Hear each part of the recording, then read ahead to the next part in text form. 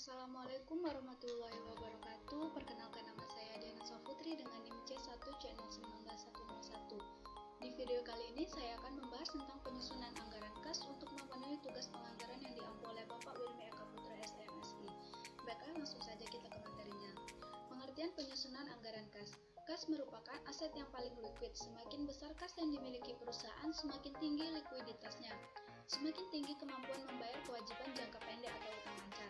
Kas adalah uang yang siap dan bebas digunakan. Kas meliputi uang kartal, uang giral, dan simpanan giro di bank. Penyusunan anggaran kas merupakan cara yang efektif untuk merencanakan dan mengendalikan arus kas, memperkirakan keperluan kas, dan secara efektif menggunakan kas yang berlebih atau surplus maupun kas yang kurang atau defisit. Fungsi anggaran kas ada 3. Yang pertama, menunjukkan jumlah dan waktu kas perusahaan di masa yang akan datang. Yang kedua, memberikan dasar untuk melakukan tindakan perbaikan jika jumlah kas dalam anggaran tidak cocok dengan jumlah yang sebenarnya terjadi. Dan fungsi yang ketiga, anggaran kas memberikan dasar evaluasi atas kinerja manajer keuangan. Tujuan penyusunan anggaran kas. Tujuan utama penyusunan anggaran kas adalah merencanakan posisi likuiditas sebagai dasar untuk menentukan pinjaman di masa datang dan investasi yang akan dilakukan.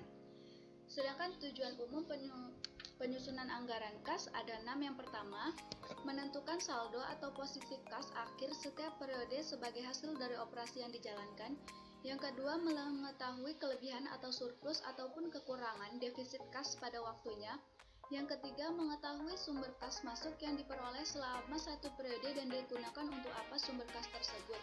Hal ini tampak pada arus kas keluar. Yang keempat, menyelaraskan kas dengan aset lancar, aset tak lancar, utang, modal, pendapatan, dan beban. Yang kelima, mengetahui kapan utang dibayar kembali. Dan yang terakhir, menilai realisasi kas masuk dan kas keluar agar dapat diketahui selisih realisasi dengan anggaran, selisih menguntungkan atau selisih. Manfaat anggaran kas ada 6. Yang pertama, menggunakannya sebagai dasar sehat untuk pemantauan posisi kas secara terus-menerus. Yang kedua, menggunakannya sebagai dasar pengambilan keputusan pinjaman jangka pendek atau pinjaman jangka panjang. Yang ketiga, menggunakannya sebagai dasar kebijakan memberikan kredit. Yang keempat, menggunakannya dalam menentukan kemampuan perusahaan membayar dividen kepada pemegang saham. Yang kelima, menggunakannya dalam meningkatkan kemampuan membayar kewajiban jangka pendek. Dan yang terakhir, menggunakannya dalam memperkuat posisi dalam penawaran. Faktor yang mempengaruhi anggaran kas ada 3. Yang pertama, kegiatan operasi. Kegiatan operasi adalah kegiatan perusahaan yang bersifat rutin dan terus-menerus. Kegiatan operasi utama dari perusahaan adalah membeli dan menjual produk atau jasa. Faktor yang kedua yaitu kegiatan operasi. Kegiatan operasi adalah kegiatan pendanaan. Yang ketiga, kegiatan investasi. Kegiatan investasi adalah kegiatan yang dapat meningkatkan dan menurunkan aset tak lancar yang digunakan dalam perusahaan. Pendekatan penyusunan anggaran kas ada 2. Yang pertama, pendekatan kas masuk dan keluar. Yang kedua, pendekatan akunting keuangan. Yang pertama, pendekatan kas masuk dan keluar itu didasarkan pada analisis naik dan turun kas yang dianggarkan yang mencerminkan semua arus kas masuk dan kas keluar dari anggaran jualan, anggaran biaya atau beban, dan anggaran tambahan produk modal. Pendekatan yang kedua yaitu akunting keuangan. Titik tolak dalam pendekatan ini adalah laba bersih dari dasar akrual menjadi dasar kas. Artinya disesuaikan dengan perubahan rekening penundaan rekening bukan kas seperti beban atau biaya terutang, beban atau biaya dibayar di muka, depresiasi atau penyusutan, penghapusan atau amortisasi.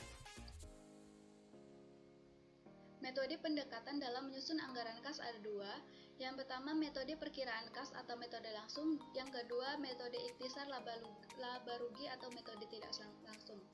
Metode perkiraan kas atau metode langsung didasarkan pada analisis peningkatan dan pengurangan secara rinci atas rekening kas yang dianggarkan, yang akan mencerminkan semua arus kas yang masuk dan keluar dari anggaran. Yang kedua, metode ikhtisar laba rugi atau metode tidak langsung. Titik tolak dalam metode ini adalah laba bersih yang direncanakan yang terlihat pada ikhtisar laba rugi yang dianggarkan. Laba bersih yang direncanakan diubah dari dasar aktual menjadi dasar kas.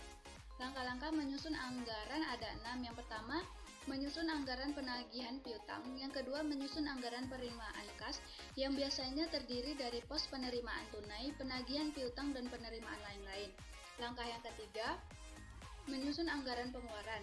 Anggaran pengeluaran kas umumnya mencakup pos-pos pembelian mesin, pembelian gedung, pembelian lain-lain, anggaran untuk biaya-biaya dan pengeluaran lain-lain. Di langkah yang keempat, menyusun anggaran kas yang sifatnya sementara, artinya bisa terdapat saldo akhir yang minus atau negatif. Langkah yang kelima, memperkirakan pembayaran bunga apabila perusahaan melakukan pinjaman untuk menutupi defisit yang terjadi. Dan langkah yang terakhir adalah menyusun anggaran kas akhir. Terima kasih, mungkin itulah sedikit materi yang bisa saya jelaskan. Saya akhiri, wassalamualaikum warahmatullahi wabarakatuh.